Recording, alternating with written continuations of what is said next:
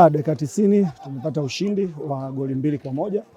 Tunamshukuru Mwenyezi Mungu kwa hicho alichotujalia. Game kama awali tulivyosema, game tulijua itakuwa ngumu kwa ajili Gunners ni timu ambayo inatoka kwenye zoni na si ambayo tunatoka. Ndio timu zote hizi zimezaliwa kwenye mkoa wa Dodoma. Kwa hiyo isingekuwa rahisi kama watu wanavyofikiria.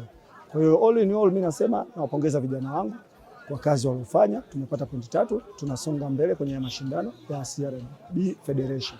Lakini kubwa ni wahusie washabiki wetu. Tumeshinda juzi, tumeshinda leo, ndo mpira. Hamna siku ambayo utashinda goli 4, goli 5 au ikawa rahisi. Kila siku hizi ni ligi. Kwa hiyo jinsi walivyotusapoti mechi iliyopita na mechi hii, tuendelee kushikamana. Mwisho wa siku tutapambana na tutahakikisha timu itarudi kwenye nafasi yake iliyokuwa awali. Ona tumejaribu kwenda na approach ya timu ambayo tunacheza nayo, na ndio maana ndani ya dakika 25 tulikuwa tumedominate mchezo, lakini wao walitangulia kupata goli. Kwa hiyo iliwapa confidence wao. Kwanza walikuwa wanacheza mid block.